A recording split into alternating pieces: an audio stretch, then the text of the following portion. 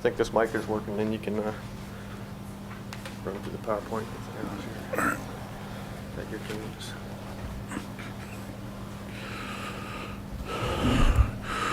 Can you still hear me? Okay.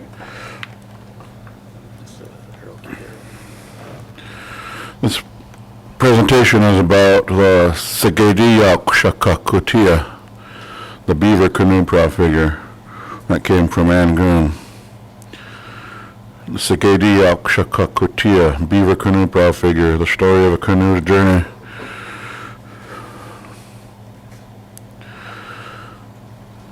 These are some of the clan houses. All right. These, can you still hear me? All right. These are the clan houses in Angoon. From left to right, with the corner of the house showing, is the end of the trail house. Then the dark colored house is the Raven house. The white one is the Needlefish house. Next one is the Steel house. Then the Freshwater Spring house. The Dog Salmon house. The Bear house. The Killer Whale house. And the other Killer Whale house that's called the Killer Whale Chasing Seal house. The Raven moiety, which is called Tlingit.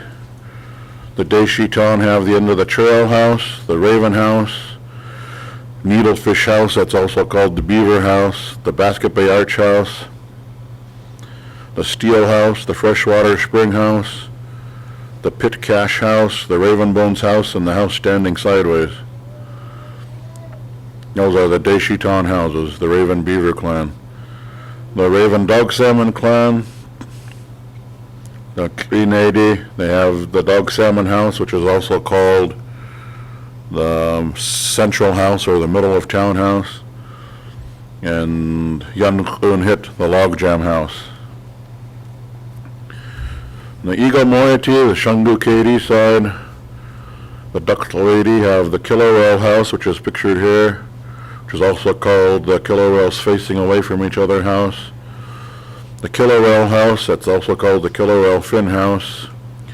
Sometimes it's called the Killer Whale Chasing Seal house because of the painting that was on the front. And then the Killer Whale Tooth house.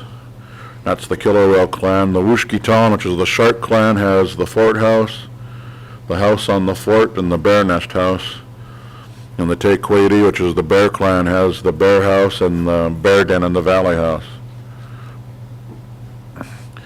On October 26, 1882, the U.S. revenue cutter Thomas Corwin, referred to as the Corwin, along with the USS Adams, shelled Angoon. There was a shaman named Keet Hit, who had been killed by a whale gun that exploded, and the family demanded payment for his death. In Tlingit society, if you're working for somebody, even if the death is an accident, you're responsible for paying for that person's death, and that's called Kootznoowoo, which they give something in payment for a death. The government had decided they were not going to meet those demands anymore, but the Tlingit and Angoon, the Deshiton, demanded payment because this was a high-ranking person. And they pulled the boats ashore that were associated with his death and painted their faces black in mourning. Well, the whaling company took this as a sign they were getting ready for war and alerted Sitka, and they brought these two boats over. And they destroyed the village, the storehouses, and all the canoes that were there. It was Billy Jones, pictured here on the left. He was a teenager when the shelling took place. And his words were, which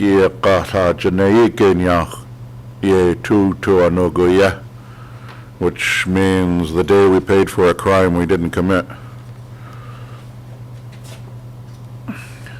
Many of the Áak'w, the artifacts of the clans, were destroyed in the bombardment, stolen or looted or burned.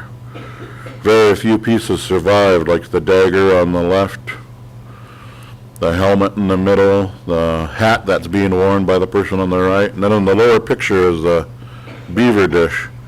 Seated behind that is my great-great-grandfather, Dick Yeilnaawu. When the bombardment was taking place, he grabbed that dish and another dish and ran into the woods with them to hide them. He went back to get the raven hat, but the house was already collapsing, and his family stopped him from going into the house to get the raven hat. So the raven hat had to be replaced, and that's the replacement that he's wearing. The only canoe to survive the bombardment was the Beaver Canoe, Áak'w. They were up in Mitchell Bay at the head of Kootznoowoo Inlet. My great-grandfather, John Paul, was up there. John Paul Jr., his names were Khwáan and Áak'w. This is my grandmother when she's about less than a year old, sitting on his lap, and her older brother named Harvey Paul. His name was Saanyuaa. John Paul figured he was between 14 and 17 when the bombardment took place.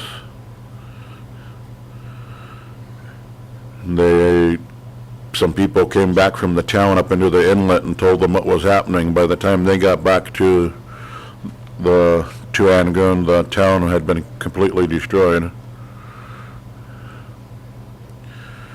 My dad told the story over and over, and he never changed the details or added to it. And after the canoe prow figure came back, I'll get back into that when I tell it. He didn't like dressing up a story. This is my great-grandfather's family tree. Does anyone have a laser pointer?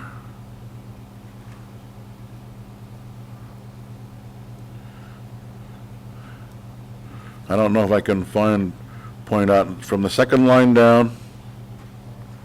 Let's see if, is that showing the mouse? There you go. See that right there? Okay. Follow the white arrow.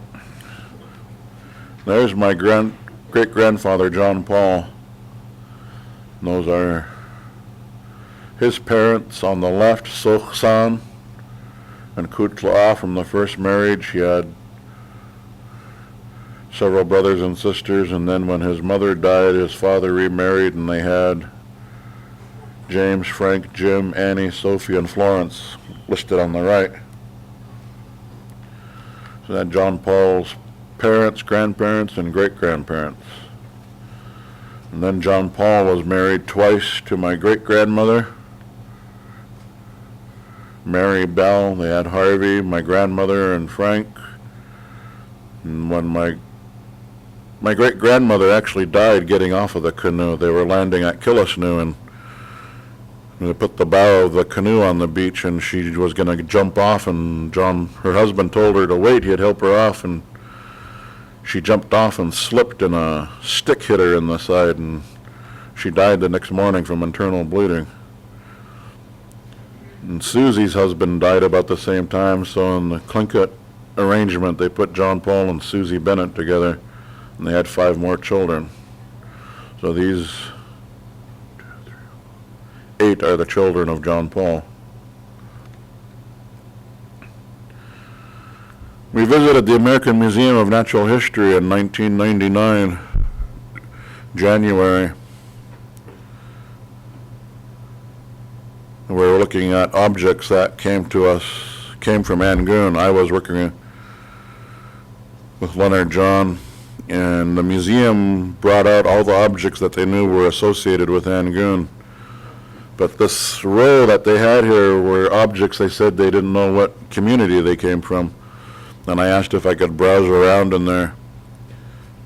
And I was near the opening of the aisle, and I kept looking down and seeing this face sticking out of the shelf.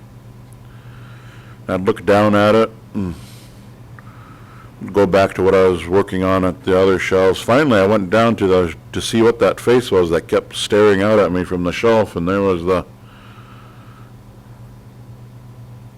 the Beaver Canoe Prow figure. I'd heard about it, and had seen pictures of it, but we had no idea it was still in existence.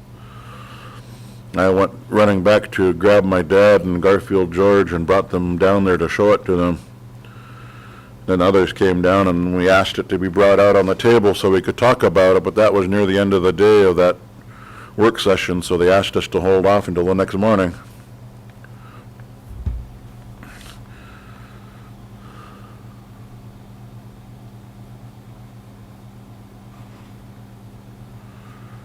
There's Matthew Fred, John Jacobs, my dad Mark Jacobs, Garfield George, Dennis Starr, Peter Jack, Alan Zuboff, Joe Bennett, and Alice Bennett. And Dan Johnson was sitting here. I don't know where he was in this picture. My dad told the history, and Tlingit and Peter Jack here translated in English of how the canoe survived the bombardment, and that it was this canoe that kept the village alive during that winter when they gathered food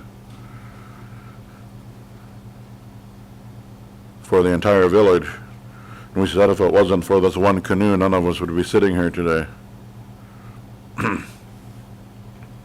My dad told the history as he was told it. He described how the beaver was pegged into the bow of the canoe. It had a notch in there that could be attached to the bow of the canoe, and that notch is in there.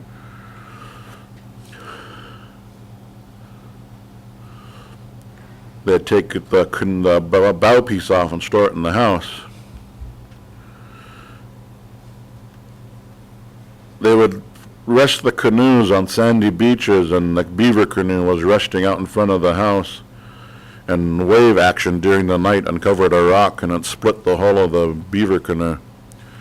And it was no longer seaworthy, so they called the Khwáan and the Dakhla'aweidi, two clans, to haul the canoe up behind the clan house. And they treated it just like a person that had died, not a living person, a person who had died. They talked about how this canoe had kept them alive and what it meant to them that they had received food from that canoe when they were struggling to stay alive that winter. And then they burned the canoe and scattered the ashes. Around 1910, the canoe prow disappeared. John Paul never knew what happened to it. He figured his nephew had probably taken it. I'll tell this. My dad told the story the way he heard it from his mother and father. When somebody else retold it, he added his father's clan to the story, just so his father's clan could be heard. And I asked my dad about that, and he said, no, that's not what my mom told me. My dad told it the way he heard it. This other person was adding it so his family could be involved in the story.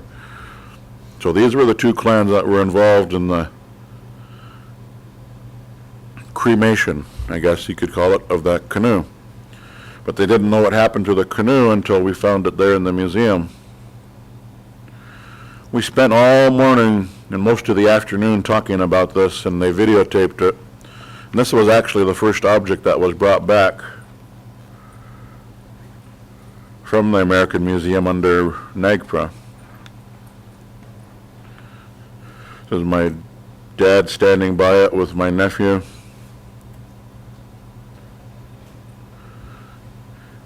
He kept the story alive, and the history, he retold it the way he heard it. He didn't add to it, he didn't subtract from it, and he didn't make his family look better or his clan look better or anything else. He just told it the way he heard it. And I remember hearing this story from the time I was a little kid growing up here in Sitka and hearing about him talk about it at parties in Angoon.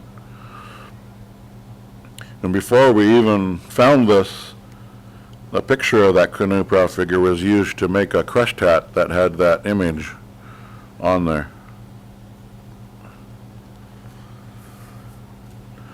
This was in January of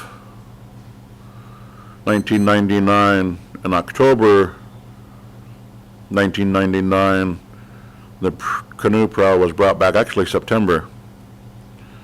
And there was a welcome ceremony at the State Museum. A lot of people showed up to welcome this back. And then from there we went to Áak'w.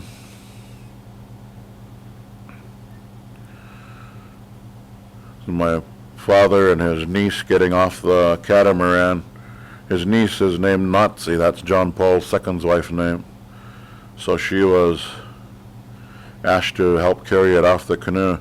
Later somebody said, women aren't supposed to touch those kinds of things.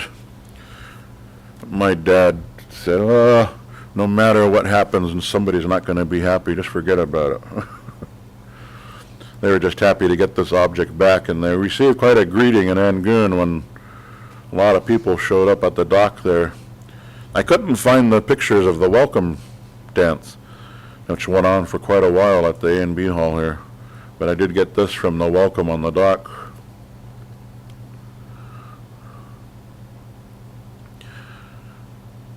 The night that we found the Beaver Canoe Prow figure,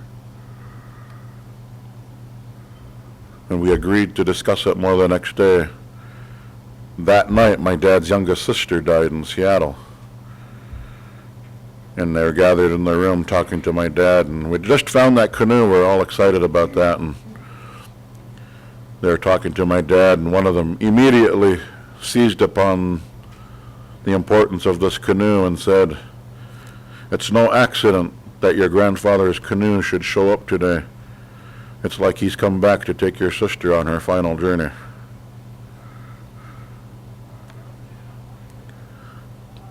From that moment on, it has still been used in ceremonies. Here are some pictures of it being used in events in Áak'w and even here in Sitka when they brought it over to Sitka for my brother and sister's memorial party. In the middle, and then some of it in Áak'w. When my father died, they brought the canoe prow out and had it sitting in the middle, and those were the words they used again. And this is how the canoe saved us, left us, and came back. That's it.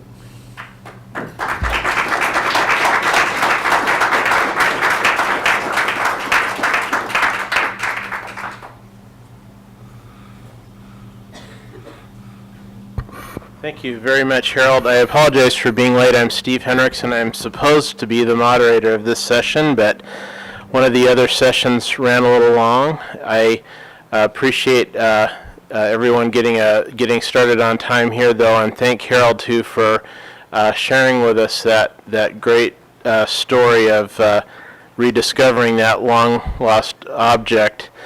And Harold is. I'll wait till he leaves the room before I say anything more about him.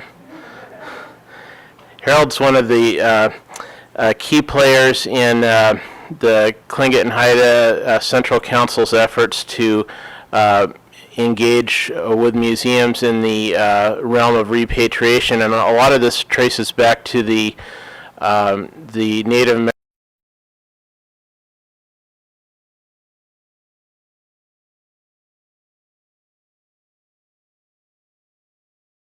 Protection and Repatriation Act, and the Beaver Canoe Prow figure is an almost textbook example of an object of cultural patrimony, and that's a legal definition of one of the categories of items that may be repatriated under that act. And our next speaker is going to be talking about objects in another category, or possibly two categories under Nagpra, and that would be funerary objects and sacred objects.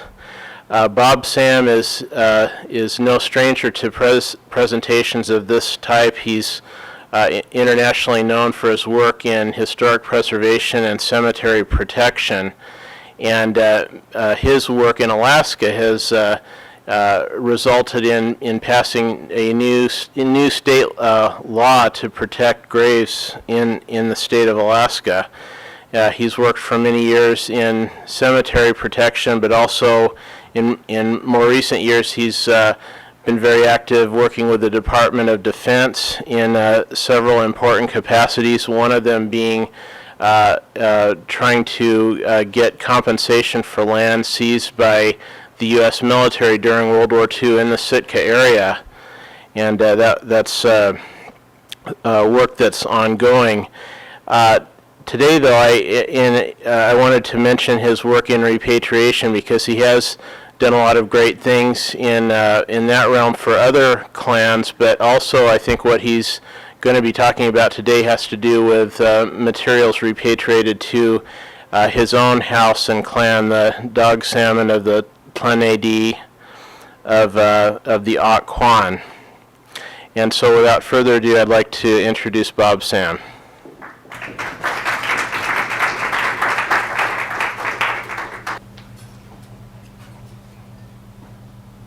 You have to forgive me. I really had to prepare for this moment because the subject I'm going to talk about is very, very sensitive. I was very nervous about doing this presentation. I've had many sleepless nights thinking about how I'm going to uncover these sacred objects that come from my family and my clan. My original thought was to honor my mother. My mother, her Tlingit name was Ngāwhān Tlā. She was born in Juneau, born in Áak'w, and she was a fluent speaker of the language. She was a very, very proud woman, and she was very proud of her connection to Juneau and her connection to the Áak'w Kwaan. My mother moved out of Juneau at a very young age and moved to Sitka to marry my father, and she spent many, many years here in Sitka, but she never forgot who she was, and she's always been very proud of her clan lineage. I'm going to be very open about what I'm going to say, and it's not meant to hurt or harm anyone. I want to thank the Wushkitan for being here, and because it's very important as members of the Áak'w tribe to acknowledge your opposite people. They are the ones at this moment, they're holding me up and giving me courage.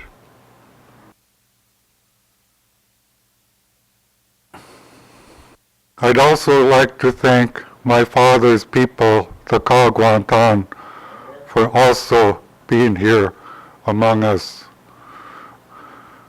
My mother married into the Áak'w Kwhaan Taant'a, and I'm a result of that marriage. Being very prepared to do what I'm doing next, another thing I had to do before I came to do this presentation, I went out to get some herring jigs, because right now they're on 2-hour notice out there, and I wanted to make sure that I got my subsistence herring before those guys did. So I got some herring jigs, and so I'm ready now.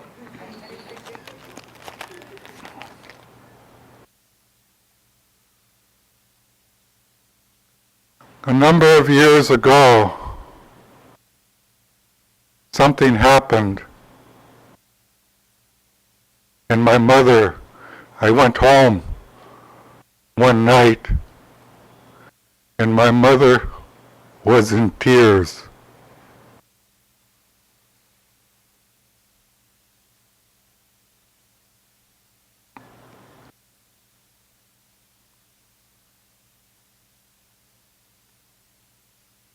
I asked, "What's wrong?" And she kept very quiet for a long time. There was an event that was going on in Juneau.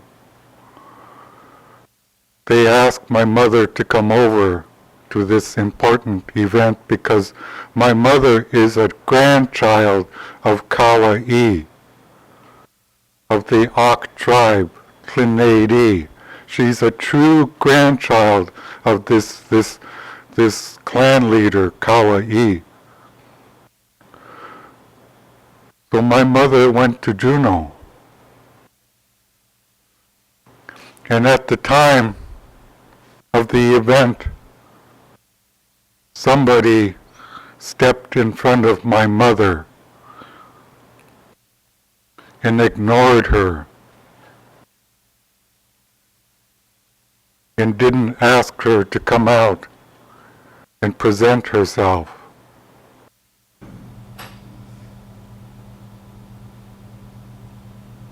This individual said, "I am the last of the Áak'w Kwhaan. There are no one else but me."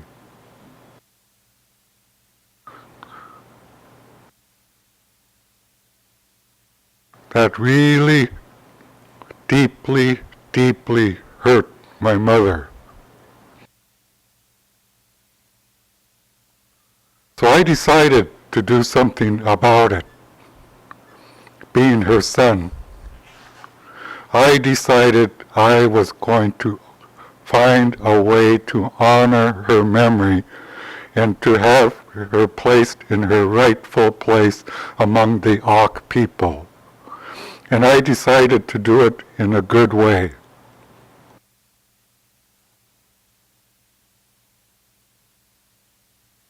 I found out a few things on this journey. My mother comes from very proud people. And even though I was born and raised here in Sitka, she always told us to never forget who we are. And she always showed us how to be proud of where we came from.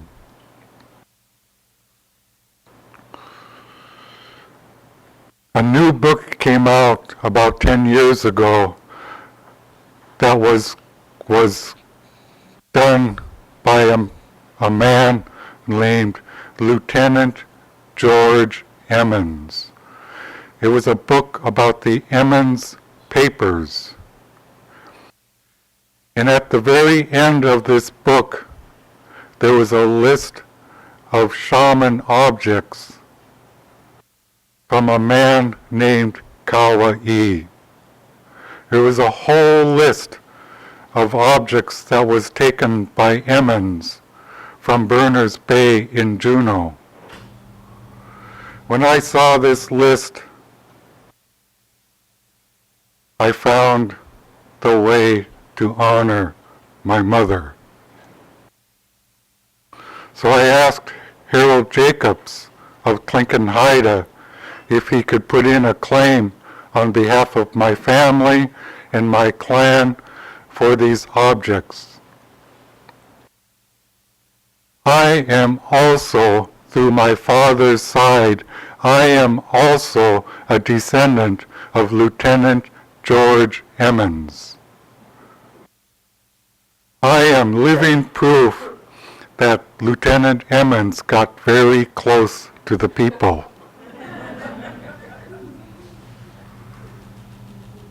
He was also a good friend of Khwáan.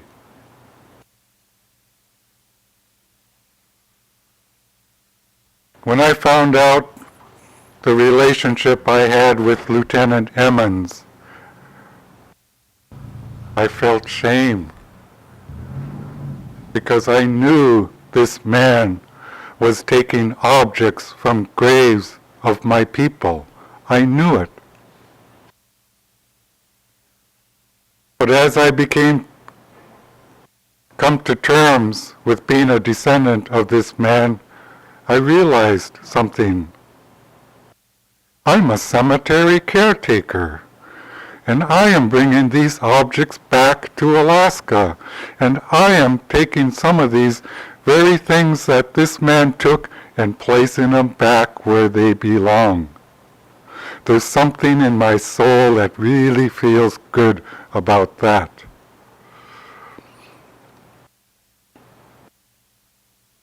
It took many years for this claim to finally get approved. And I began to realize through time that these objects are actually very sensitive. We don't bring them out just any time.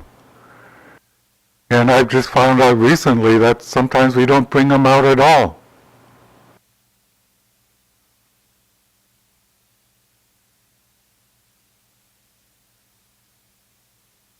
One mask in particular ended up in the Smithsonian in the National Museum of the American Indian. It's a very, very beautiful mask. It's the origin of my Tlingit name. When I go to Juneau, there was an elder in Juneau. When I went to visit her house, she would say, "You are a genuine Áak'w Kwhaan." I didn't know really what that meant, but that's how she would refer to me and my mother and my brothers and sisters when we go to Juneau. These masks that are on this table are living proof that my family truly is of the Áak'w Kwhaan, and we are an original family of Juneau. My brothers and sisters all have Tlingit names of the Áak'w tribe, and my name is associated with one of these masks. My Tlingit name is Shakanasta, and this name is an original name that belonged to Khwáan. It's one of many names that he had. This mask in Juneau, there's a corporation in Juneau called Gold Belt. This mask is the story about that, why there's a corporation in Juneau called Gold Belt. Another thing I found out in my journey, the Áak'w people is one of maybe the only American Indian tribes that have a strong association with gold. That's something to be very proud of. To be part of a clan and family that has association with gold. This mask is the story behind this mask is the story of the Áak'w tribe when they first arrived in Juneau. And this young man went up into the mountains and he came across the mountain goat people. And he was taken in by the mountain goat people, and the mountain goat people taught this man how to respectfully treat remains, how to respectfully treat food, because at the time we were not doing such a thing. and it helped explain what I do as a cemetery caretaker. I've learned how to live up to that name. And at this, these masks are very, very sensitive. Among the Tlingit people, it's very important to know the origin of your name, your clan history, your family history. Most of us, we say our name, Shakanastayu Khatuasau, Tlingit Ayachat, Áak'w Taant'a Kwhaan, Dakhla'aweidi Dachkunk. We do all these things correctly and for a reason. But as we get older and we begin to find the true story of our name. And I've been very lucky and fortunate that I've stayed alive long enough to find the origin and the story behind my name. It made me stronger. It made my back straighter. And I want to thank a man that the clan conference is honoring today, because 20 years ago, when I was sitting out in the audience, I was sitting next to this man, Mark Jacobs, Sr. This man was a great man. And I would do everything I can just to sit next to him. One day, he jabbed me in the ribs. Get up. Stand up. Talk on behalf of your family. Talk on behalf of your clan. Nobody else is going to do it. Make your voice strong.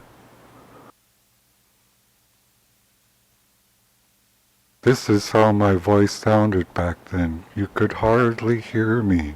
I was so scared. I'm very grateful that I had a mentor such as Mark Jacobs. I'm mentioning him because he taught me how to make my voice strong. And also the Nakahiti Theater provide the right training for me to know how to speak up here in public. You notice I did not say any ums. I had to go to school, theater school, to learn how to stop saying ums.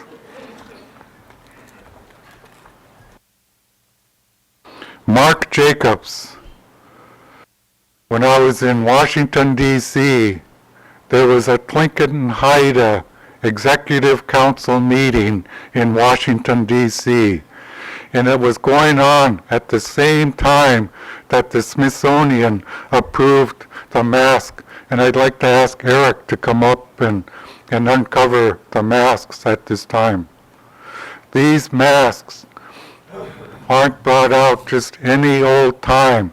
I decided to bring them out at this conference to show the people that the Tlingit and the Áak'w tribe have some beautiful, beautiful objects. And I'm going to show them in Juneau, and how proud I am to be the caretaker. I don't own them. I am only taking care of these objects. And I haven't touched them.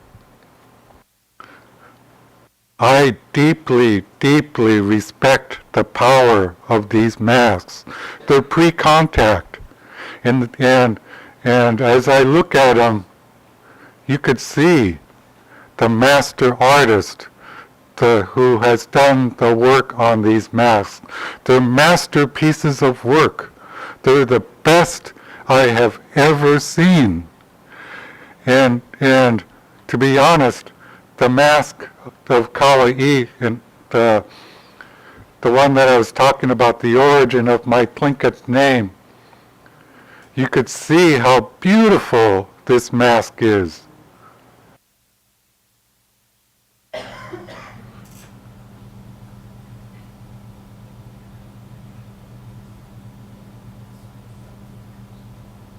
The Áak'w people should be very proud of what we have up here. It was interesting for me when these objects with the Smithsonian, I never knew what it felt like to walk out of the museum with these in my hand. I know from being at the Smithsonian that that museum also considered this mask a treasure to the museum. And they were so willing to turn it over to the family that they came from. They were willing and happy. There was tears in their eyes when the claim was approved and it was turned back to the family that these masks are associated with. They were so happy. And I was very fortunate that I was able to thank the museum because it was in their care for well over 100 years. So in a sense, they were caretakers also. So I thanked them for what they've done.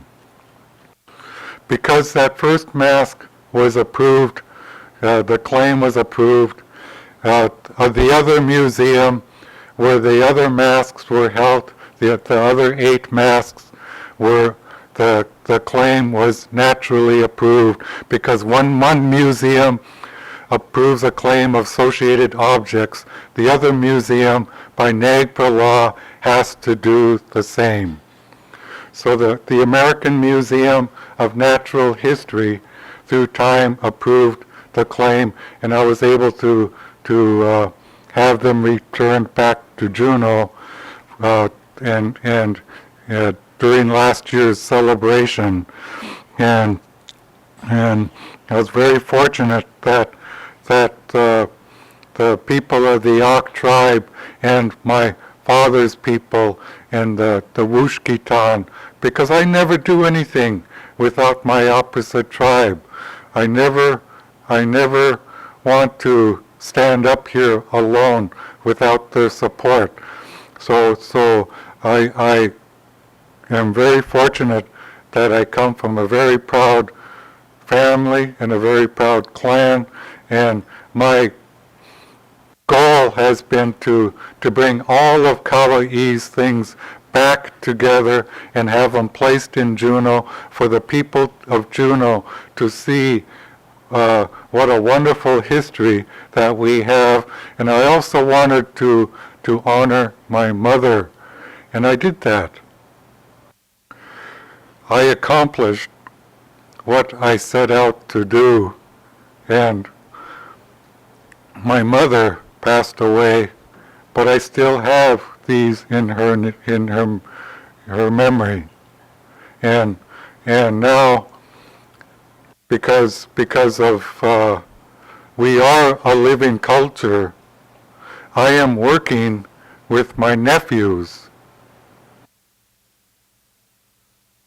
I'm a very rich man. I have 6 sisters, and they all have children, and they all have boys in their family. So in the Tlingit culture, I'm considered very rich. So I would like to work out with my family to pass these objects down in the right way, so that someday, I told my nephews, if you live a good life, if you stay off alcohol, if you stay away from drugs, and if you have a solid foundation in who you are going to be the next caretaker of these objects.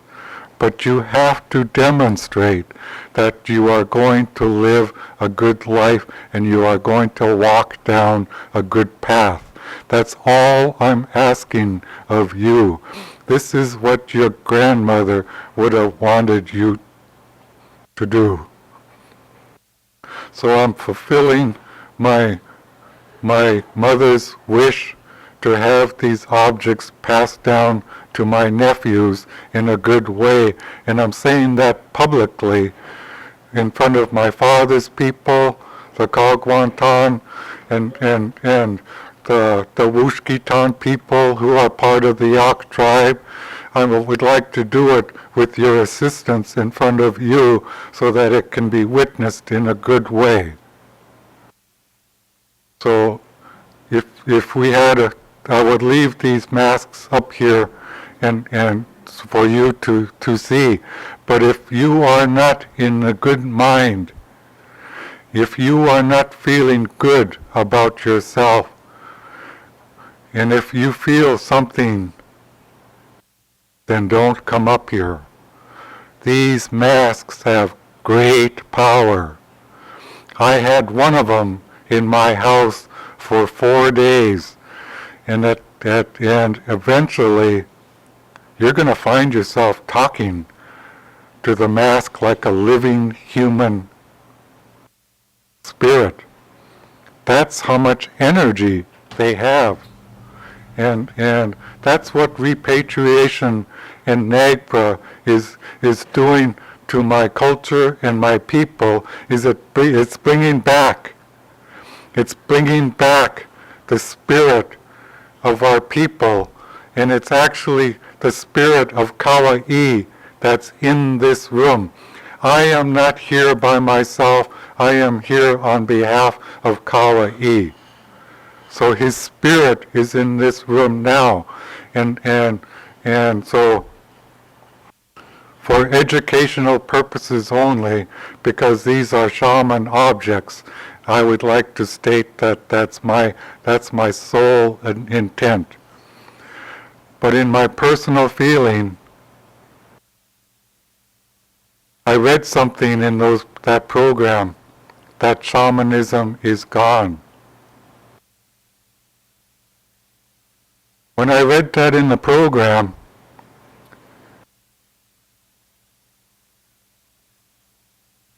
I disagree with it. There are some really, really powerful young people that are going to go on in life and do some great things for the people. And they will be there on behalf of the people. And they will continue to do the best on behalf of their clan and their family. And that's what our spiritual people did in the past. So how can it be gone? So someday I pray that one of my nephews goes on and becomes the person he was intended to be, and that we are in a time, I believe,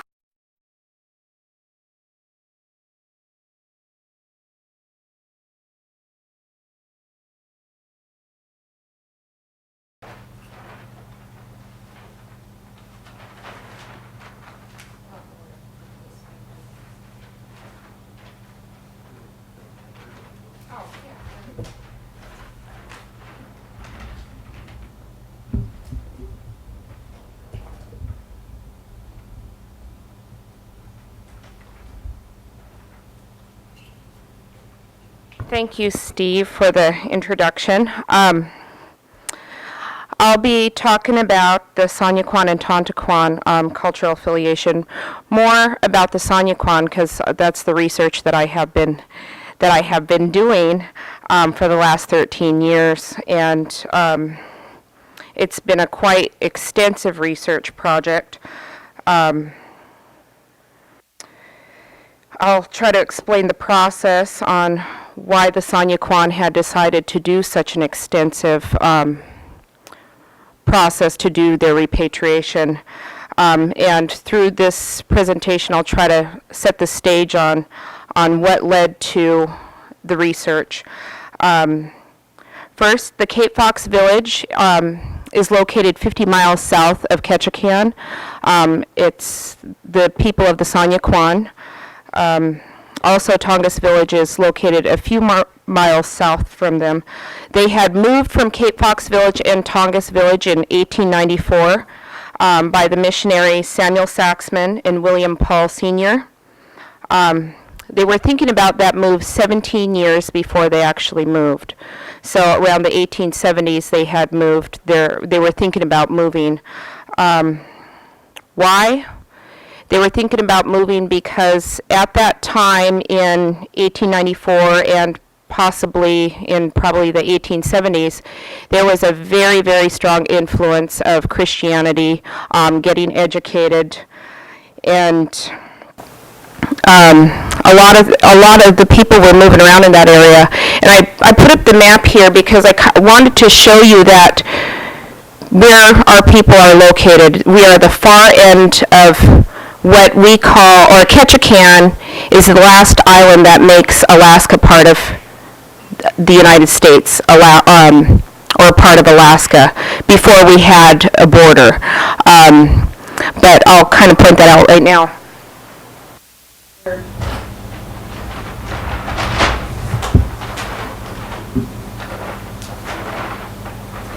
Ketchikan is right here,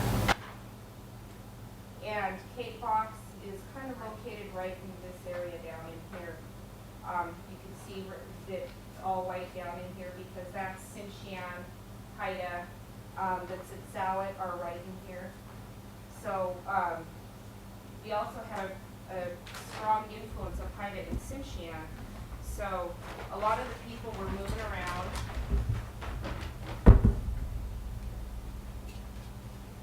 In 1894, a lot of people were moving around. A lot of the people from from Cape Fox Village and Tongass were heading over to Port Simpson.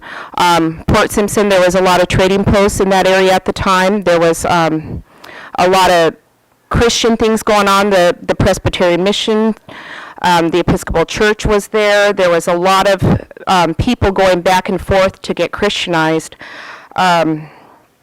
So in 1894, when the people decided to move, Tongass and Cape Fox Village were very low in numbers.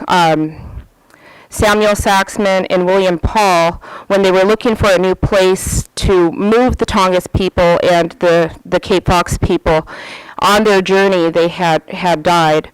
Saxman was the original place that the Taant'a Kwhaan people used to use for their hunting ground.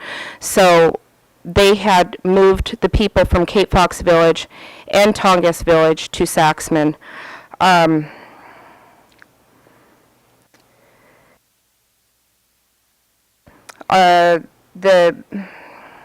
explained about the border. Also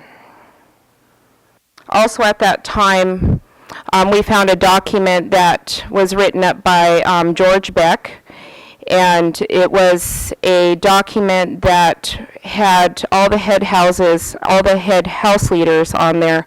There was Chief Khoo.éex, Chief Kinanook, this is what they called when George Beck was interviewing them. This is how he named them in his interview. And all of them were saying that they wanted to move right when they moved from Cape Fox and Tongass. They wanted to build a church and a school in Saxman, and all the head of the houses said they wanted to build their house right next to the school or right next to the church, and they wanted to be done with their old ways. They were tired of fighting back and forth, and they wanted to start their new ways, and they want to be happy. And Chief Khoo.éex said it well in his little write-up. He said he wants to build a nice house right next to the church so his nephews can see that he is setting a new way in the new ways of Christianity. And he wanted to be the first person to get married properly in the Christian way. So what he did is he explained he bought his wife for 17 blankets, and he went back to the preacher and said, I want to make this right. So he was the first one to get married in Saxman in the Christian way. So he blew his cannon, and you could hear the echoing of the cannon throughout Saxman and Ketchikan. But why I explained that was because I wanted you to understand what was going on at the time. In 1894, there was a lot of movement. We had a really strong influence of Christianity and education. And how it relates to repatriation in the project that we have been doing, that Kootznoowoo has been doing for the last 13 years is,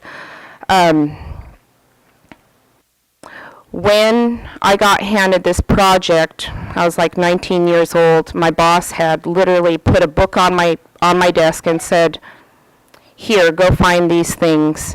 He handed me the Nagpra Act, and I didn't know what to do. I read the Nagpra Act, and then I started going through the booklet.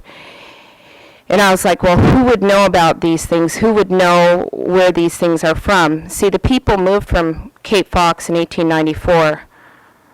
So the people that you had that moved were fairly young adults. Some of them might have been children. And in 1994, none of those people were still alive. So we have a very big gap of information that is just not there. I'm not saying it's gone, it just wasn't there. So when I took the booklet and the pictures of these objects that were scattered across the nation in the Burke Museum, the Field Museum, the Peabody Cornell, the Smithsonian, and I started showing the elders, and I was asking them, well, can you please explain to me, what house did this totem pole come from? Which clan owned it? And some of those elders are fairly young. I mean, they might have been born in 1913 to 1930s, which would make them in their late 70s, maybe 80s. And we could not come up with the stories to help identify these things. Like some of the people in the northern Tlingit, you could put it like Bob. He had a name for a mask. He could probably tell the story and the song that goes behind it. In our area, that could not be the case in some of the cases, or in some of the repatriation claims. We really had to dig deep. We had to, we got several elders together. We brainstormed. We done interviews upon interviews, collected pictures, and just collecting their life story. If somebody knew somebody had a tattoo on their arm, and I would ask them, well, what was the tattoo of? Was it a beaver? Was it a halibut?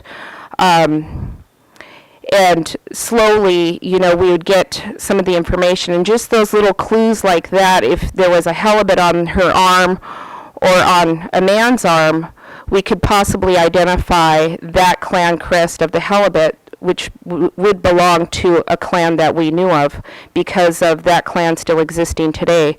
So that helped identify, identifying clans and clan crests.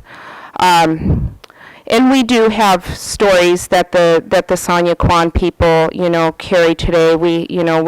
The people still sing and dance, and they've still been doing that for years. So we have this big gap of information, and we had to collect and collect. We got Esther Shea, Mary Jones. We have some documents from Martha Shields, Joe Denny, Reynold Denny, Joe Williams Sr., Henry Denny. And one of our first things that we tried tackling was Tlingit names. Any of you know, if I was to give you my Tlingit name, you could imagine my whole clan line behind me. You could understand that I come from the Dakhla'aweidi people. I'm from this house, and you could see my ancestry. So what we started doing is we started collecting Tlingit names, and once we started collecting the Tlingit names, we're like, okay, well now we have all these Tlingit names, And when you say a Tlingit name, there's usually a meaning behind the name that could possibly identify what clan you belong to, because that Tlingit name can possibly come from a story of your clan and your clan's beginning. So we started piecing together Tlingit names, and then it just kind of evolved into, well, we needed to start identifying clan members that belong to these certain houses that own these totem poles. So when I went back to the elders to ask them exactly, can you tell me exactly what house that this totem pole had come from, we had pictures, so we could identify, by lining up the totem pole, which is in front of a house, we could identify possibly the totem pole coming from the Khwáan Hit of the Saanyuaa Kwhaan Taant'a Kwhaan. So that was a way that we were able to identify some of the poles. And so what eventually happened is we were looking for clan members who were in these houses. We have one, in Kootznoowoo village there are 3 clans. There was the Dakhla'aweidi, there were the Nak'gha, and there was the Khwáan. And the Dakhla'aweidi and the Nak'gha we still have around in our area. The Khwáan, there's no more Khwáan in our area. So what we ended up doing is we hired a genealogist, and we did have preliminary research that we had Elizabeth Denny, Esther Shea, and Dorothy Edberg, and Martin Perez. These elders were sharp as a tack. I could ask them what somebody's Tlingit name was, and they would tell me whose cousin it belonged to, or they would tell me it belonged to so-and-so, she's my 4th cousin on my father's side. And so we started getting all those down, and then we started separating which were eagle names, which were raven names, or Khwáan names, or Nak'gha names, and Dakhla'aweidi names. So we started breaking that off.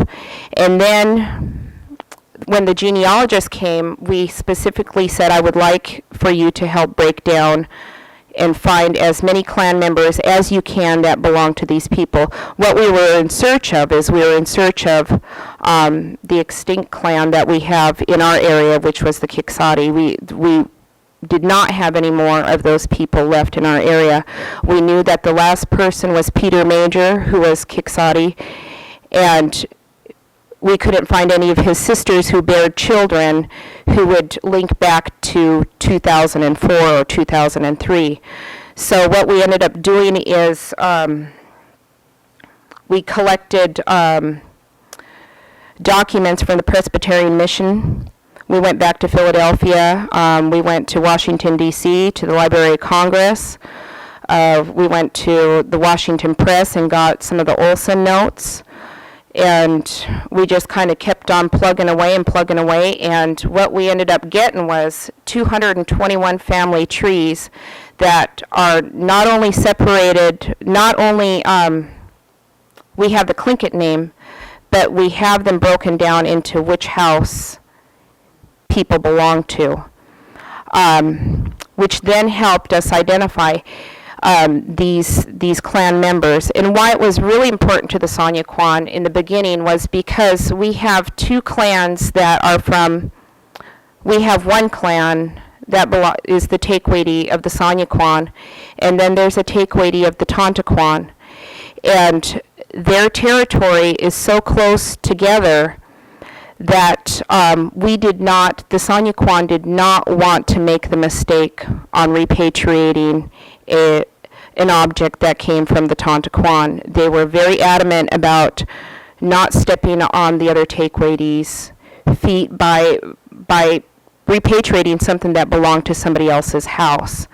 So what we ended up doing is trying to identify the separation, because when you find a piece in a museum, it could say clan hat from Ketchikan. And that's all it says.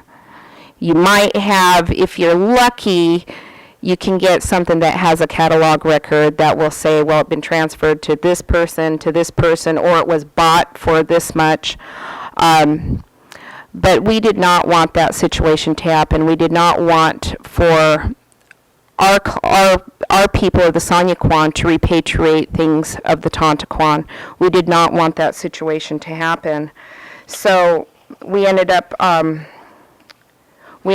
doing an extensive research, and we have all kinds of notes. We ended up doing a lot of the census records. We got the 1900 census record, which is a majority of it's in Tlingit, and the 1910 census. And lucky to Edward Marsden, who was a missionary at the time in our area, done the 1900 census for our area, and he tried to do as many Tlingit names. And if you go on to like the census records, for those of you who are researchers of the genealogy stuff to try to find your family, you'd see the Tlingit name, and what he did was he would say Saanyuaa Kwhaan, or he would say Taant'a Kwhaan.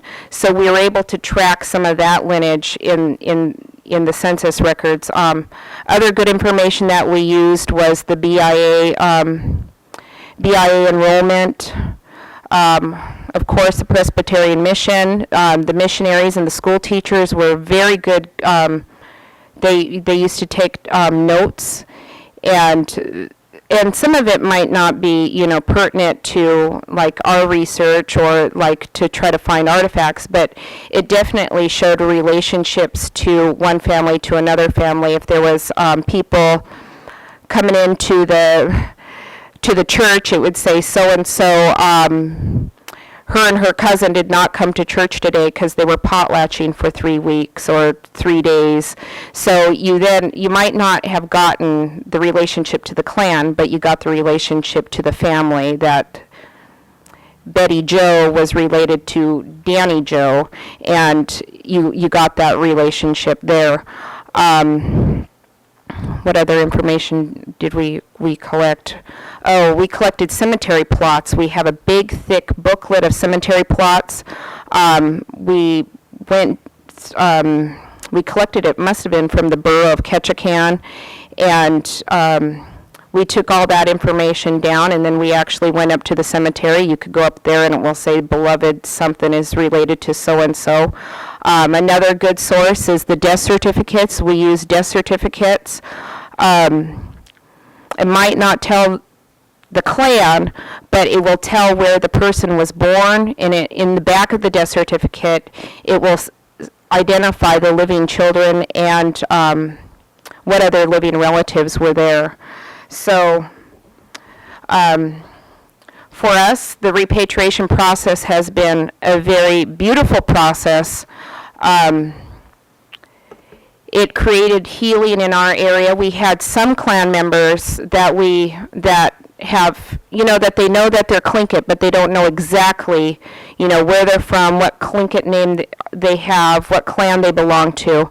One gentleman was living in Washington, and he was totally involved in Western culture. He used to drive a semi-truck all the way across the United States. That's all he did. That's what he did for a living. Well, when he found out that there was things that possibly belonged to his uncle, to his clan, he had decided to move back to Ketchikan and start taking, he started taking, like he was tutoring under his uncle. And now he joined the A&B. He's the president of Camp 14. He is totally involved with the culture. So this has created a whole lifestyle change for some clans. And that's the beautiful part. There also is the kind of different part where it creates I don't know exactly what it is, but when we've had things that people were unsure of, when they didn't know exactly their clan was, or it created animosity between the clan or within the clan, to me, even that, it sounds kind of funky, but even to me that's beautiful, because that whatever repatriation started with those artifacts, from it being taken in 1899 to 1994, it created that dialogue for us to come together, to sit at that table as a whole clan and talk about these things. Some of these things we did not know of, but we have 221 family trees from it. We have files and files of research. And this will go on for, for the next generation, for the next 7 generations. And so the repatriation has created that. Not only have we repatriated things back from museums, Cape Fox Corporation had decided to donate logs, cedar logs, to the Burke Museum, to the Chicago Field Museum, and to the Peabody Harvard Museum, and the Smithsonian. And one of our renowned artists, Nathan Jackson, has been carving totem poles that the museums have been funding, and new totem poles are being erected in these museums where we have taken these totem poles back from. So we've created a relationship with the museum that before, we were kind of afraid to approach the museum, but we created a relationship that has come full circle. And we'll be going back to the Field Museum on April 2nd, and we'll be erecting I think it's like a 18-foot totem pole there. And so it's still working. So yeah, it's all good. So anyways, that's what we deal with our repatriation. And goodness sheesh.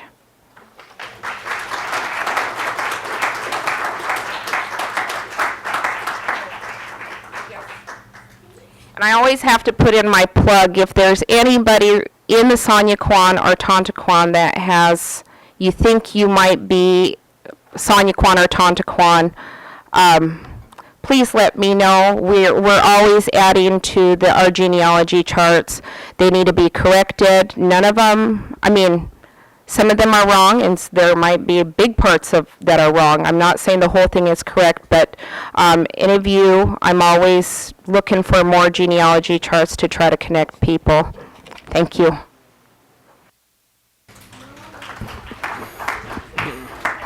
Thank you very much, Irene. That was really great, and I think it gives some insight into what goes on behind the scenes in the preparation for claims. Sometimes it can take years to get to the point of actually filing a claim, and the same thing is really going on in museums, especially ones that have huge collections of thousands of objects that they never really got around to cataloging properly, to doing research on, and actually getting a repatriation claim can really start a lengthy research process in the museum, where they go back to archives and really dig into the original collector's notes, and they are able to come up with some pretty amazing evidence.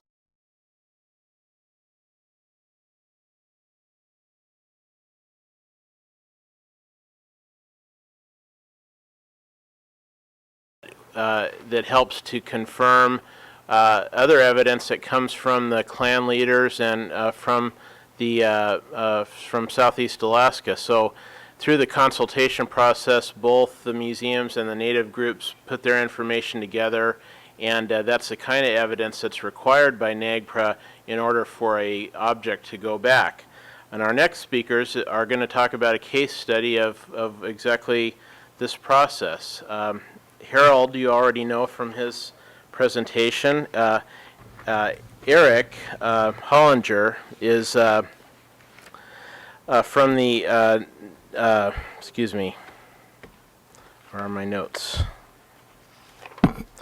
Eric Hollinger is a repatriation case officer creation for the University of Illinois, the Harvard's Peabody Museum, as well as the Smithsonian, and I thank him for coming all the way to Sitka today. So I'll turn you over to Eric and Harold.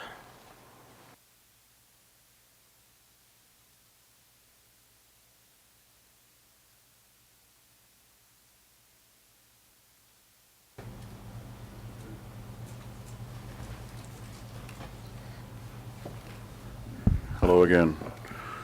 First of all, I was sitting down here when I gave my first presentation and I was talking about the Beaver Canoe Prow figure and didn't notice that my grandma's youngest sister was here, John Paul's youngest daughter. And she let me know afterwards, but I'd like to introduce my grandma's sister, Matilda. Matilda. Her daughter, Henrietta. Andrew was in here, her son. I don't see him.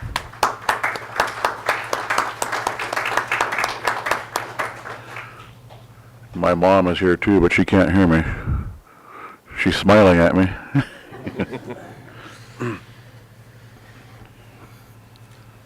November 28th, 2003 was my dad's 80th birthday. They also had a naming ceremony in Juneau to pass on names from the Dakhla'aweidi, Kilauea clan names. My dad received his final name at this Áak'w. Of course, back on that day, I had no idea that he only had 13 and a half months left with us. And he's involved quite a bit in this process here. And I made the placemats for this event. I put on pictures of past killer whales. Next slide. My grandparents, Annie Jacobs and Mark Jacobs Sr.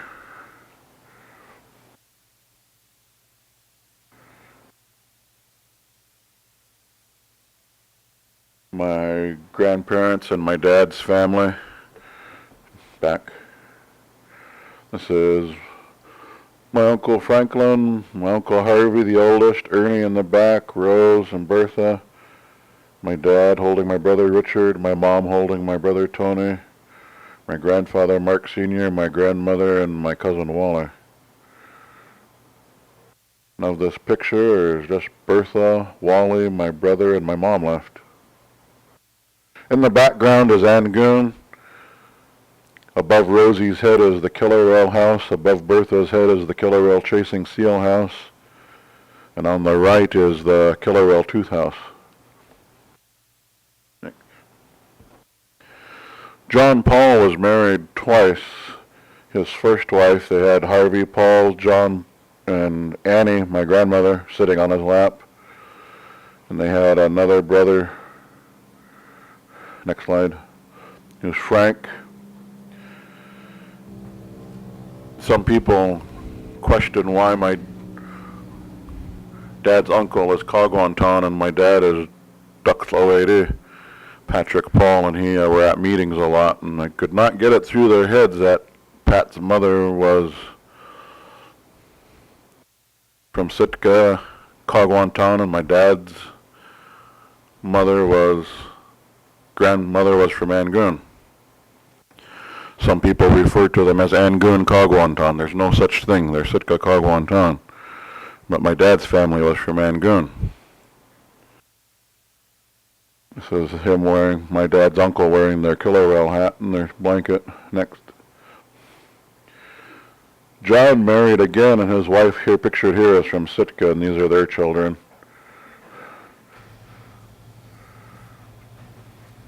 Next. The lower left is my dad's father, lower right is his mother's father, upper left is his grandmother's father, and upper right is his great-grandmother's father. All of these were Daishitan from the end of the trail house, the needlefish house, the raven house, and the steel house. Well, this is his father's lineage. And when we're making repatriation claims, we don't claim things from our father's side. As a matter of fact, we don't even hang on to things from our father's side. When our father is gone, we're supposed to turn those artifacts back over to the opposite clan. They're not the children's to hang on to. So even though I have all these pictures and know that these are his father's, none of the items shown worn by these people could ever be claimed by my dad, and the things worn by my dad I could never claim. My father is from the Killarell house. There's 3 of the houses in Angoon. The black and white is the way the house looked about 1900, and the color picture was taken about 1995. There's a book out called House Fronts and Screens that was written by Edward Malin that shows screens and house fronts from the northwest coast, and this is the only old house left like this on the coast that displays the front painted like this. This was painted by Dick Yeilnaawu about 1890. All the houses had to be rebuilt after the destruction of Angoon. This is my father's lineage. My dad is on the bottom there, second from the left. His parents' generation up to his mother's generation, and up to his grandmother's generation, Mary. His great-grandmother, great-great-grandmother, and great-great-great-grandmother. On the bottom is my dad and his brothers and sisters and their cousin Ruth. And then it's through Bertha, Rose, and Ruth that this lineage continues. Through Bertha, Rose, and Ruth, there's about 55 more on this lineage connected to the house. Do you want to point out Khwáan here? Khwáan is at the top, bold-faced. The next one that was named Khwáan is below him, his sister's grandson, Archie Bell. He was the next one to be called Khwáan. When he died, his first cousin, Peter Kanosh, all the way over on the right became Khwáan, and then the name was passed down to my father. This is Khwáan about 1895 in Angoon, wearing the Killarell hat and holding their clan's Killarell dagger. His son, Billy Johnson, Áak'w is in front holding the paddles. His son, Billy Jones, Áak'w is on the left holding a Killarell rattle. His daughter, Yiktusan, is on the right. In the back is someone named Khoo.éex. Khwáan was the head of the Killarell house after it was rebuilt after the bombardment. When Angoon was bombarded by the Navy on October 26, 1882, they lost many of their Áak'w. The houses were destroyed, the screens, the hats were either looted or destroyed in the fire.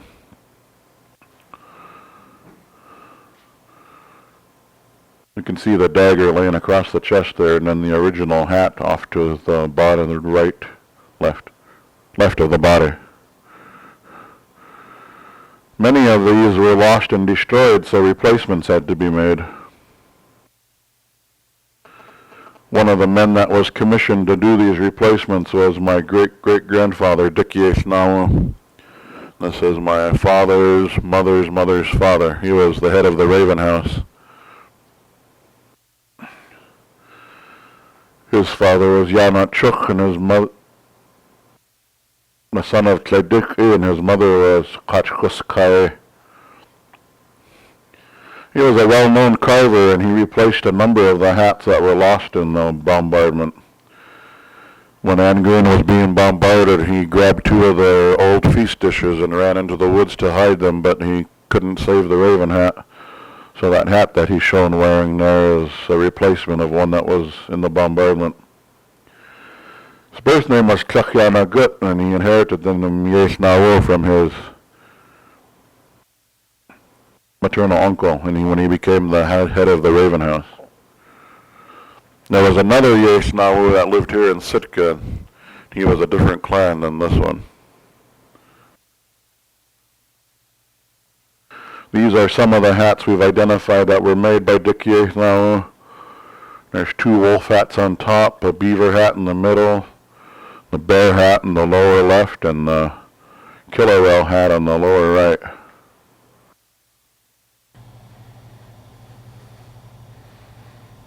You can see some of the distinct features of Dick Yeilnaawu's carvings. You look at the shape of the hat on the upper right and the hat in the middle, the beaver hat, and look at the lips and the eyes and the way the things are carved, and then the painting on all the hats. And go to the next slide. You can see that this hat was also made by Dick Yeilnaawu. This is about the way the hat appeared in a color plate of a book that was published in around 1908 by the Bureau of Ethnology. Is that right? Yep. And in there it said that this hat was bought in Sitka by the son of the owner, said to be the true emblem of Gush Taheen and Angoon, and then the son went on further to state that his dad had 2 more hats that he might be willing to sell. I could never sell any of my father's things. I could not hang on to them, much less sell them. And in selling it, I would be in violation of Tlingit property law because these are not mine to sell.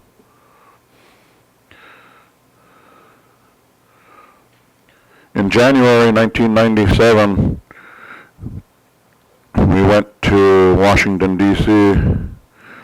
for the saddest day of my life, I'd have to say, which was the inauguration of President Clinton. But we went to the museum while we were there. And I knew this hat was in there, and I think I contacted them ahead of time, and they had the hat out.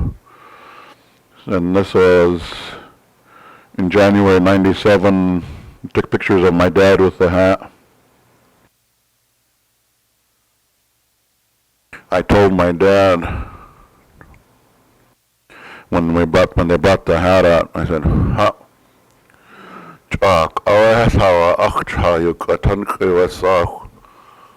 I said, it's been a long time since this hat has heard our language. So he started talking too, and then he put the hat on just to see what it looked like. And we were working with Kootznoowoo Cultural and Educational Foundation, which is part of the Village Corporation, and we've made a number of trips with them to museums across the U.S. So it was Kootznoowoo that actually submitted the claim to begin with.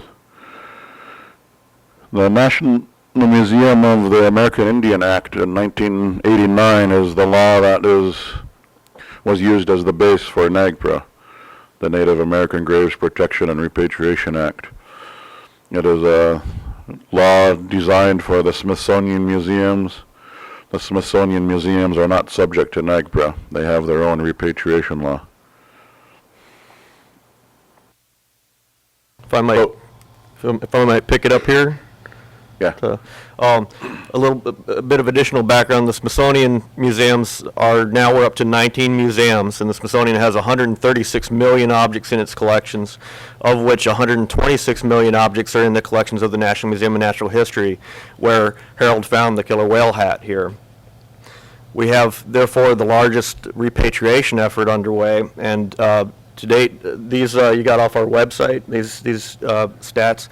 To go ahead and give you some updated stats, we have offered for return over 5,400 sets of human remains. Of those, we've returned over 3,600 remains. The other 1,300 or so remains have been offered, and we're waiting for the tribes to tell us when they're ready to receive them and how they're ready to receive them. We've returned 90,000 funerary objects and offered another 15,000, so over 105,000 funerary objects have been offered. This is more than almost, well, it's not quite the rest of the country combined, but under Nagpra, about 26,000 sets of remains have been found affiliated. So we equate to, so far we have returned or offered for return to about 20% of what the total is for the rest of the nation, and we have a lot of work left to do. In the category of sacred objects and objects of cultural patrimony, which this object falls under, we've returned over only 21 objects, including this hat. That's in part because we've really received very few claims for objects in that category. Most of our claims have been for human remains and funerary objects. So, When we submitted the claim, I knew that this belonged to my father's family. And by then I had started work at Tlingit and Haida, and I really could not be submitting claims for my father's family while I worked there.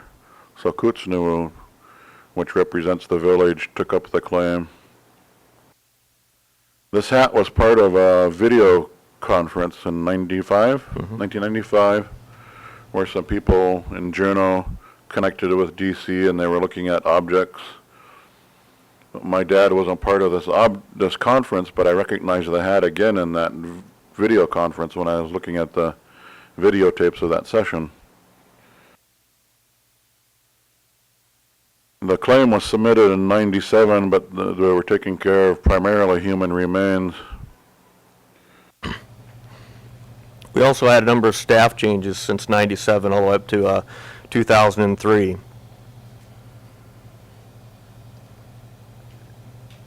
As morbid as this may sound, by the time they got around to returning the hat, my dad was pretty much human remains himself. He only had about 2.5 weeks left after this picture was taken. 3 weeks before this, he looked pretty bad, and I didn't know if he was going to last. And then at Christmas time, he looked really good. He was happy. He looked like he was gaining weight.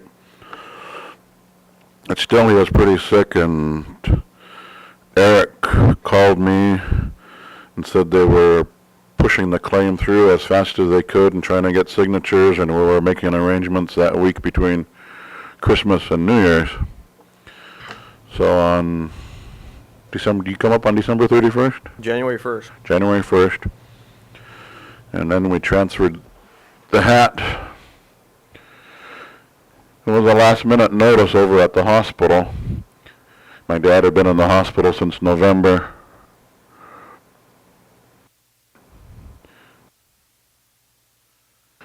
He couldn't wait to get down to the repatriation ceremony. He brought out his other artifacts that he was in care of. Most of them were out there and had the box ready. That was a good turnout for the last minute notice. Maybe a little more than now in this room here showed up at the hospital. Okay.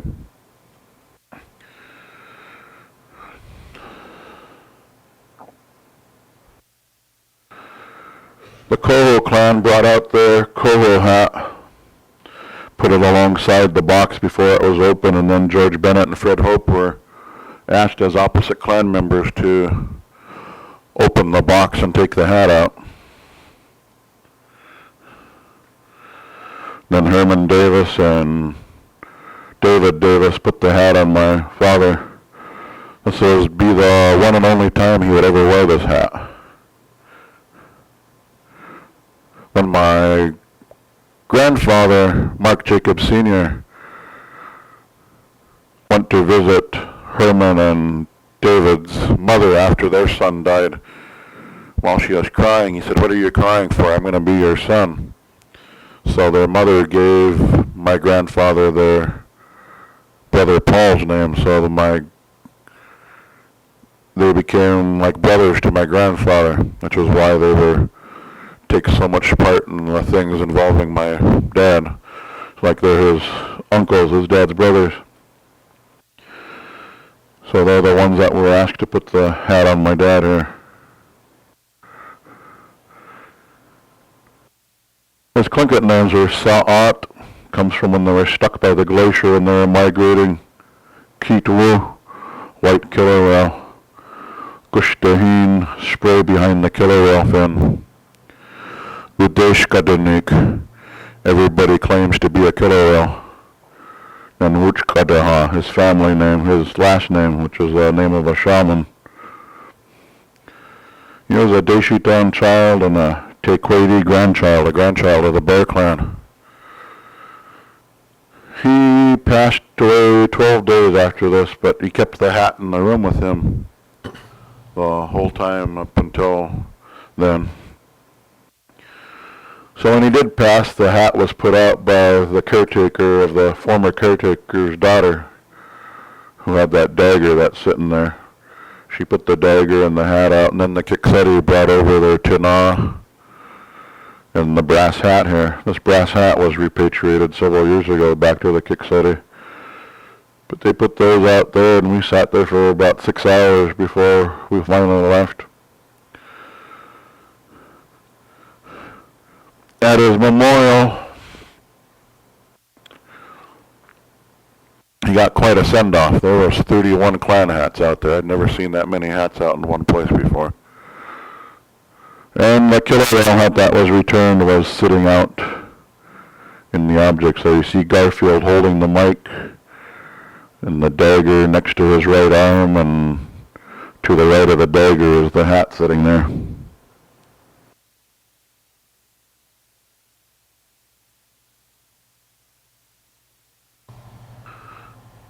When we get objects back through Tlingit and Haida, Kootznoowoo had actually closed their office for a while, and when this hat was ready to be returned, the claim came through Tlingit and Haida, so we received this hat back. We like to publish stories about the objects that come back so people know what is coming back and what is happening in our repatriation office. So this just came.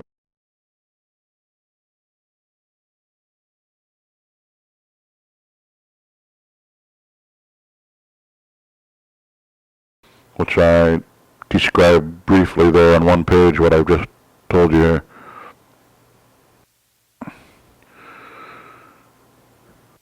And he was happy to get the hat back. Thank you. Thank you. That's nothing to add. Nothing can be added.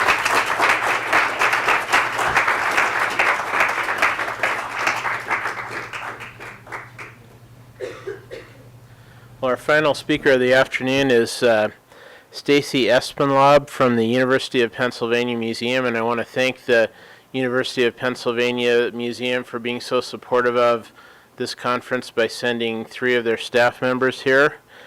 Stacy has worked as a Nagpra Coordinator at the University. How about now? No? Now? Yeah? Okay, I'll just start over.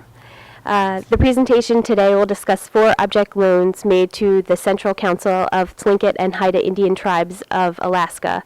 The loan requests were made on behalf of 2 Tlingit clan leaders, Herman Davis of the Sitka Luknahadi and Andrew Gamble of the Sitka Kwáan Taant'a Kwáan, for use during Tlingit memorial parties, Khoo.éex, held in Alaska between 2003 and 2006. It will emphasize how these loans have served as vehicles for the Penn Museum to learn about contemporary Tlingit memorial parties and to appreciate the ongoing significance of clan objects in the celebration of Tlingit culture. The museum is committed to making its collections more accessible to Native communities across the United States, and when this incredible request presented itself, the museum enthusiastically pursued the opportunity to make these objects available to these 2 clan leaders. First, I'd like to briefly introduce the 4 memorial parties for which the objects were requested, and then tell you a little bit about each of the objects themselves. Then I want to explain considerations, preparations, and the execution of making such a loan request. Next, I'll discuss our experiences during each of the potlatches and the new knowledge that we gained as a result. And lastly, I'll introduce the subsequent repatriation claims submitted by Central Council on behalf of the Luknahadi and the Kwáan Taant'a Kwáan clans for these objects. In August 2003, the Penn Museum received its first loan request from Edward K. Thomas, president of Central Council, on behalf of Herman Davis. Mr. Davis requested the Raven of the Roof hat for use at a clan-sponsored memorial party on November 15th of 2003 in honor of his sister Sarah, pictured here with the hat. A second loan request was made in June 2004 by Harold Jacobs of Central Council on behalf of Andrew Gamble for 6 objects from the collection for use at the Centennial Potaltch. As many of you know, this event was to commemorate the so-called last potlatch held in Sitka, Alaska in 1904. The objects loaned were the wolf hat, the eagle hat, the shark helmet, and the petrel hat. And pictured here are the tucked-in tongass at the 1904 potlatch on the right, and the guests from the recent 2004 Centennial Party. A year later, the third loan request was made by Central Council on behalf of both Herman Davis and Andy Gamble for use of the Raven and the Roof hat and the Eagle hat, respectively, during a Tlingit memorial party, beginning on October 14th and ending on October 15th, which was held in honor of Cecilia Kunz, an important and beloved member of the Juneau community, and her daughters, Lorraine Kunz and Martha Kunz. The fourth and most recent loan request this past fall was for the Tlingit Tucked-in Ton Memorial Party in honor of Catherine Mayberry, Betty Garrity, Alice Williams, and Eli Biggs, the brother of Chuck Miller, who we've met and who's helped us previously. Again, Central Council made the request on behalf of Herman and Andy for use of the Raven and the Roof and Eagle hats. Pictured here are each of the objects which were made available for loan during the past 4 years. On the right, or on the left, the eagle, there is a picture of the eagle hat, which is the moiety crest of the Kwáan Taant'a and an emblem of strength and vision. On the right top, the Raven of the Roof hat tells the story of a struggle between the Chilkat Ganakdidi and the Sika Tlingit regarding the raven emblem. The dispute ended when a man and a woman from the 2 clans fell in love and married. The wolf hat on the lower right is representative of the main crest of the Kwáan Taant'a clan, and according to Swanton, the clan received the right to use the crest after a hunter removed a bone from the teeth of a wolf. The wolf then appeared to him in a dream and made him lucky. The war helmet here on the bottom left is made to represent a shark, one of the first emblems associated with the Kwáan Taant'a clan. In the center, the petrel or Gunuk hat commemorates the story of Petrel and his rivalry with Raven and refers to his ability to control the weather, wind, fog, and rain. And according to Harold, it is possibly one of the oldest clan objects in existence. Each of the objects was collected by Lewis Shotridge in the 1920s, who was a curator at the Penn Museum from 1912 to 1932. Shotridge kept detailed documentation for his objects that he collected during the 3 collecting expeditions for the museum. In the next few slides, I will discuss the process of traveling the objects from Philadelphia to Alaska. The Penn Museum carefully considered each loan request, and several departments in the museum were involved in facilitating the loans, including the American section, the Registrar's Office, the Conservation Department, the Director's Office, and Legal Counsel. A number of factors were considered in preparation for each of the loans. These were funding, object condition, packing, method of travel, and security. Each trip was generously supported by our museum's director, who provided the necessary funds, nearly $10,000 for each trip. Each object's condition was evaluated by the Conservation Department, and recommendations were made regarding stabilization for use in travel. Unfortunately, there were a few objects which were originally requested for loan that were either too fragile or too large to travel. We felt that certain objects needed to be stabilized for travel and use. We consulted with colleagues at the Alaska State Museum regarding their techniques, which are represented here by this hand-drawn diagram on the bottom left. The hats are intrinsically delicate, and the conservators decided that boxes which are precisely tailored to the object and rely on internal protection, external cushioning, and extremely careful control of transit conditions to prevent damage were needed. The 2 images on the right are the containers made by Atelier, which is a professional art shipping service for the eagle and the petrel hat.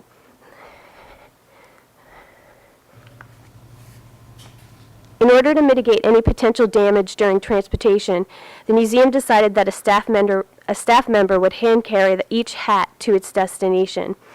Tickets were purchased for the museum staff members and for each of the hats themselves. which incidentally now have their own frequent flyer miles. As you can see from this slide, the museum staff members are checking themselves and the hats into their gate, working their way through security and securing the hats in their seats. A security guard escorted the museum staff and the hats from the time they left the museum in Philadelphia through each of the airports until they arrived in Alaska. Upon arriving in Alaska, for each of these trips, the objects were greeted at the airport by a delegation of Klan people. For example, in 2003, the Raven of the Roof hat was greeted by 40 people and the killer whale dagger, representing the eagle side in order to balance the hat's arrival. This slide here also includes images of the objects and museum staff being greeted by various Klan members in 2004 and 2005. The museum also needed to consider storage for the objects during our stay in Alaska, when they were not in attendance at the potlatches. For the 3 lone trips to Sitka, Sue Thorson generously provided storage and exhibit space for the hats at the Sitka National Historic Park. And for our trip to Juneau, Steve Hendrikson facilitated storage for the Raven of the Roof hat and Eagle hat at the Alaska State Museum. Prior to each event, a number of preparations were made in advance. The loan and use agreements were signed. The hats were fitted in order to be worn and danced during the potlatches. You see in this slide Andrew Gamble trying on the wolf hat, and I'd like to point out here that the museum conservators recommended that this hat not be worn. However, after meeting and talking with Andy, we felt that it was important enough that it be worn during the Centennial Potlatch. I want to pause here for a second before moving to the next 4 slides. The hats had a significant role during each event, and the next slides illustrate the use of the hats during each of the parties. I want to take a moment to acknowledge our concern over showing images taken during the morning portion of the Khwáan, and I've tried to minimize these instances as much as possible. However, part of our responsibility was to document when the object was used and in what context. And this was agreed to prior to each party with the Klan leaders. For 2 of the trips, as you will see, the Raven of the Roof hat was only danced during this austere period of the potlatch. As you can see in this slide, Bob Purcell is awaiting instruction from the Nakanee before the Raven of the Roof hat is brought out, the picture on the left. You'll also notice in this image that the Luknahadi clan leader, Herman Davis, the gentleman with the white hair and beard. In the image on the right, a member of the Eagle moiety is putting the Raven of the Roof hat on Loretta Ness, who then danced the hat. During the Centennial Party, each of the 4 hats was worn during the mourning period by certain Kwáan clan members. Although, because of its association with death and bloodshed, the shark helmet was not worn, but rather held. And in this image on the top left, you can see Joe Bennett Jr. holding the shark helmet on the 2nd day of the Centennial Party during the Veterans Appreciation, which publicly recognized all Tlingit veterans who served during wartime. Also on the 2nd day, Joe Howard, a Tlingit clan elder, danced the petrel hat. His dance steps imitated the petrel and wove in and around 4 stacks of blankets, positioned between the Raven guests and the Eagle hosts. The picture in the lower left corner, while hard to see, is of Andy Gamble dancing the wolf hat alongside 3 other wolf hats as part of the blanket dance performed to entertain the Raven guests. And lastly, you can see Carl Greenwalt Jr. on the right dancing the Eagle hat alongside a copy made in the 1920s by Augustus Bean for the Alaska State Museum, which is worn by Tom Young Jr. in red.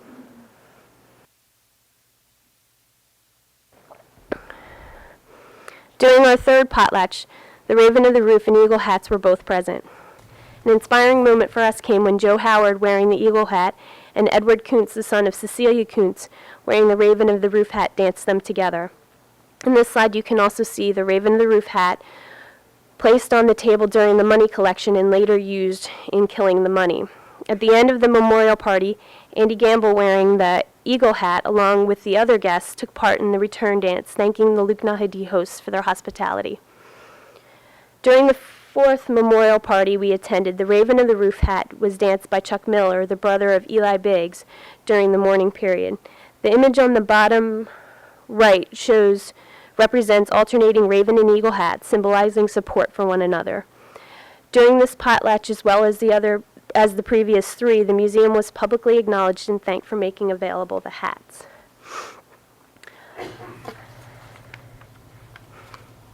Not only did the objects from the Penn Museum have a role at each event, but so did we. You can see from this slide museum staff members at the Centennial Potaltch dancing, gathering down for use by the Shakiat dancers, moving objects from the Sitka National Historic Park to the gymnasium at the Sheldon Jackson College, and most importantly, acknowledging and thanking our hosts. Through our involvement at each of the 4 potlatches, we were able to gain an understanding of how important these items still are in Tlingit culture.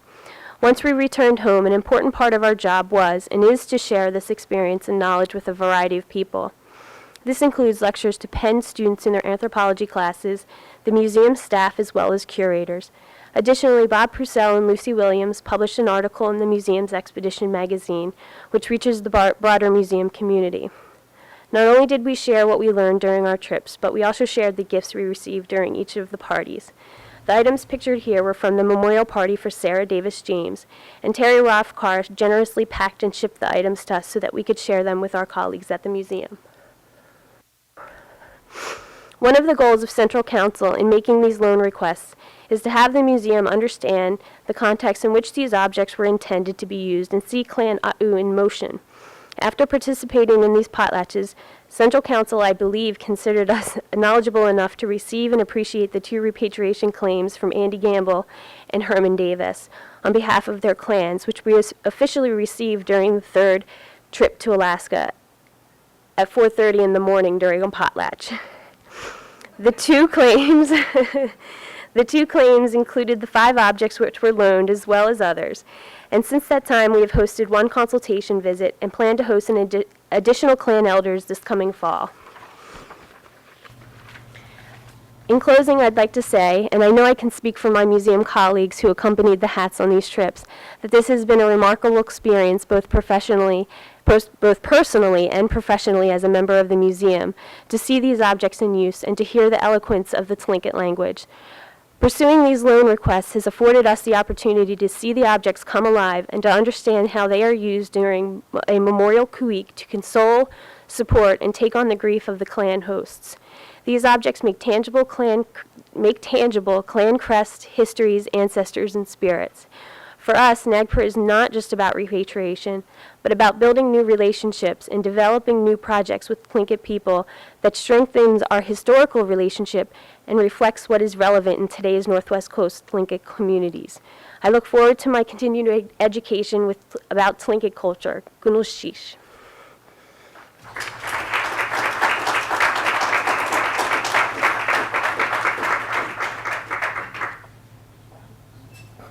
Thank you, Stacy. That was really wonderful, and I'd like to thank our other presenters, Eric and Harold, Bob, Sam, and Stacy. I really appreciate your efforts today. And